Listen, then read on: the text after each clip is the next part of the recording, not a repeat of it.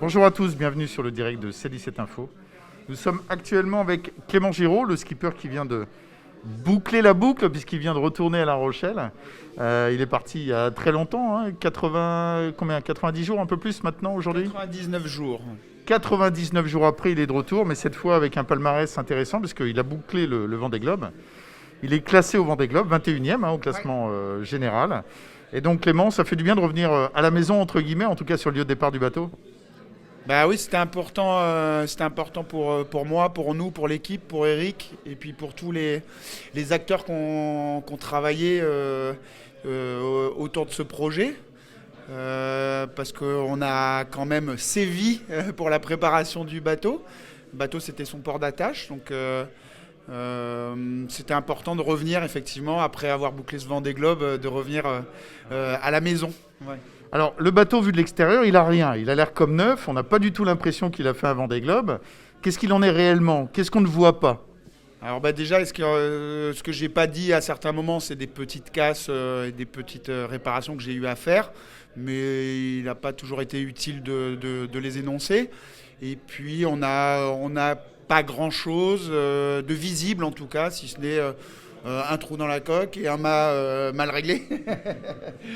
Donc voilà, donc c'est vraiment quelque part je suis aussi content et quelque part fier de ramener à Eric, donc Eric qui m'a prêté son bateau pour faire le Vendée Globe, de ramener un bateau qui est en bon état, et puis c'est aussi une satisfaction pour toute l'équipe technique de dire ils ont bien bossé puisque j'ai pu utiliser le bateau de manière correcte, finalement assez rapide, et que ça se soit bien passé, qu'on n'ait pas trop cassé, donc c'est top. Alors, en mer, il faut être capable de faire 50 métiers différents. Il faut être électronicien, voilier, etc., motoriste. Et donc, quelles étaient sur cette étape qui était très longue donc, du Vendée Globe, finalement, ce qui était le plus mis en avant, ou en tout cas les points sur lesquels il fallait passer le plus de temps, finalement, en mer? Alors, ce qui se voit pour les connaisseurs, c'est la trace, c'est savoir les options météo qu'on prend. Donc, ça, c'est la résultante d'un travail quand même quotidien et très long. Après, on va dire mécaniquement, la chose sur laquelle il a vraiment fallu veiller, c'est les voiles, effectivement, parce que les voiles, il ne faut pas oublier que sur un voilier, c'est le moteur du bateau, donc il faut qu'elle reste en bon état. Donc il y a eu des réparations à faire, il y a eu des choses comme ça, monter, décoincer des voiles ou des choses comme ça. Puis après, réellement, le gros du boulot, je surveillais spécialement tout mon système de safran, qui est le système de gouvernail, qui permet de donner de la direction au bateau. Donc voilà, j'avais un spécial focus là-dessus parce que quelque chose qu'on avait un peu bougé avant, et puis c'était finalement mon seul point d'inquiétude entre guillemets, mais ça a très bien fonctionné, ça fait le tour. Donc j'ai eu raison de graisser, de resserrer, desserrer et de faire attention à ça. Donc ça l'a bien fait. Donc aujourd'hui, Eric Nigon, pas fâché de voir revenir le bateau, j'imagine, même s'il y a quelques petites réparations, on l'a entendu, à faire. Le bateau va être bientôt mis à terre. Oui. Donc vous avez un programme ensuite sur les réparations, l'entretien. Comment ça se passe? Parce que ça peut être assez long quand on découvre des fissures, des avaries ou des choses comme ça. Ça passera que par une expertise un peu, on va dire, approfondie, entre guillemets, qui ne passe aussi que par un démontage complet.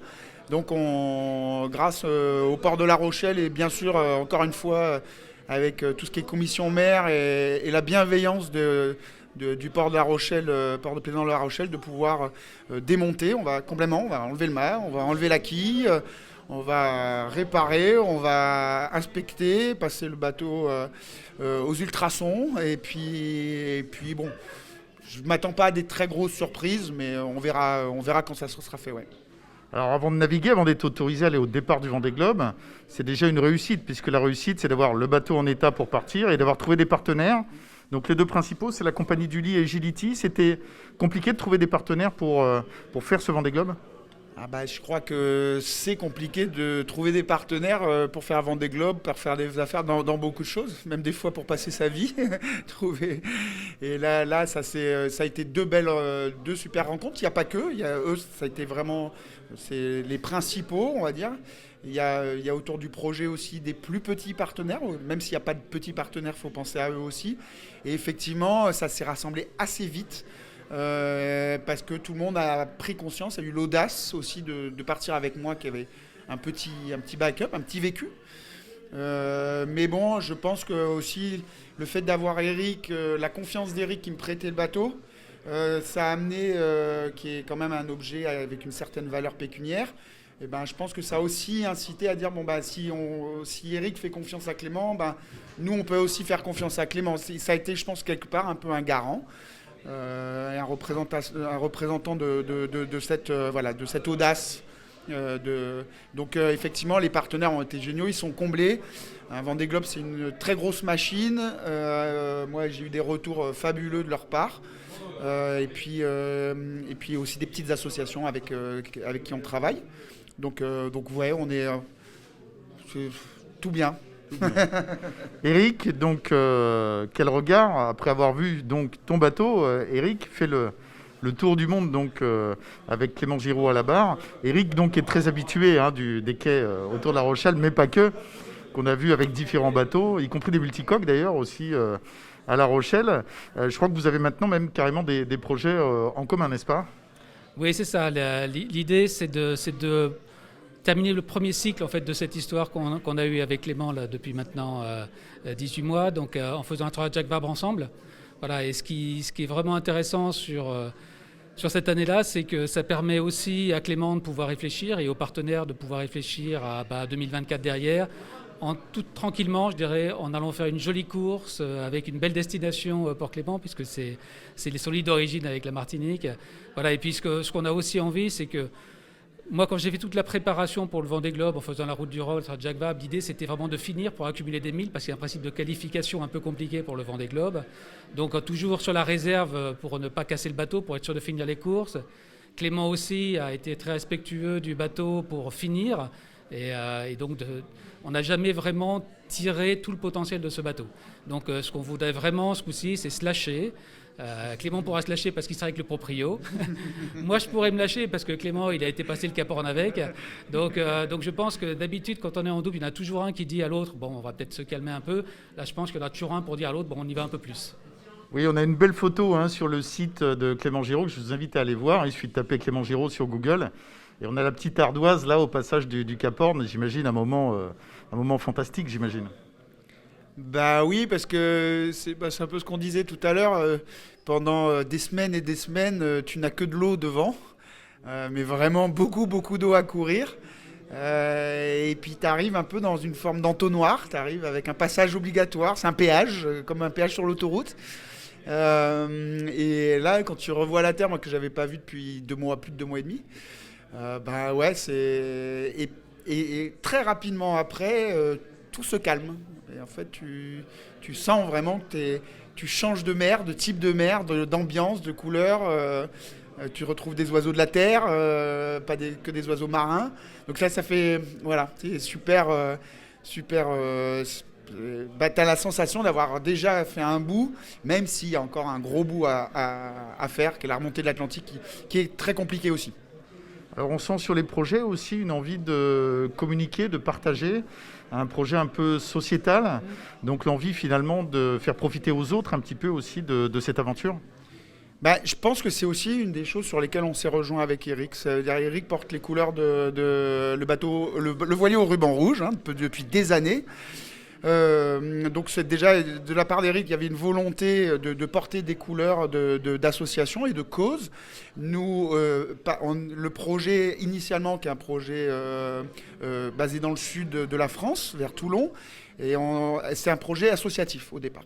On est une association et qui emmenons avec nous plein de petites causes qu'on essaie de faire naviguer, égayer. Ça, c'est le projet, c'est partager. Et effectivement, le plaisir qu'on a, nous, à être sur l'eau, qui est quand même... on a une chance incroyable de pouvoir naviguer encore plus en course et encore plus sur des magnifiques bateaux, de le partager pour ceux qui ne peuvent pas, pour différentes raisons de la vie. Et c'est un plaisir de partager et le retour est juste exceptionnel. Donc ouais, il y a un vrai partage. Dans votre binôme, dans votre duo, évidemment, Eric, c'est quelque chose que vous partagez. C'est important pour vous aussi, ce côté solidaire. Oui, ça fait 15 ans que je porte les couleurs de la lutte contre le sida. D'ailleurs, Clément s'est qualifié avec mon bateau. Le bateau s'appelait Vers un monde sans sida. Donc, il a porté le ruban rouge autour du monde en continuant d'associer aide à ce Vendée Globe.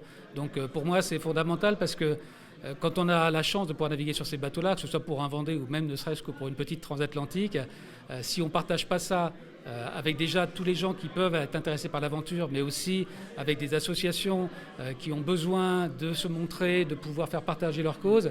Je veux dire, on perd à mon avis la moitié du voyage. Voilà. On n'est pas des écuries avec des millions de budget, donc on peut mettre en avant aussi tout ce parcours associatif et de pouvoir faire partager cette aventure. Donc oui, pour moi, c'est fondamental. C'est 50%, je dirais, de l'aventure. Merci, messieurs. Je veux rapporter quelque chose par rapport au social, c'est que quand on a été voir tous nos sponsors, que ce soit Compagnie du Lit, Gility, ils nous ont rejoints aussi pour des causes, parce qu'on portait des causes sociales. Et il a été vraiment en question de ramener ces gens à bord. Ils n'avaient pas besoin d'exclusivité. C'était important que les causes qu'on soutienne soient à bord et présentes sur le Vendée. C'est hyper important. C'est un vrai beau partenariat dans ce sens-là. Merci Clément, une belle personne vient nous parler, comme Eric d'ailleurs, ils ont toujours eu des projets très intéressants et pour ça il faut les aider, donc il y a des partenaires et voilà, c'est essentiel pour pouvoir financer un projet comme celui-ci, ça c'est pas rien. Donc des nouveaux partenaires continuent à se raccrocher. C'est votre cas, vous avez décidé de suivre finalement l'équipe de Clément Giraud et de Eric Nigon finalement depuis quelques jours. Voulez-vous présenter ?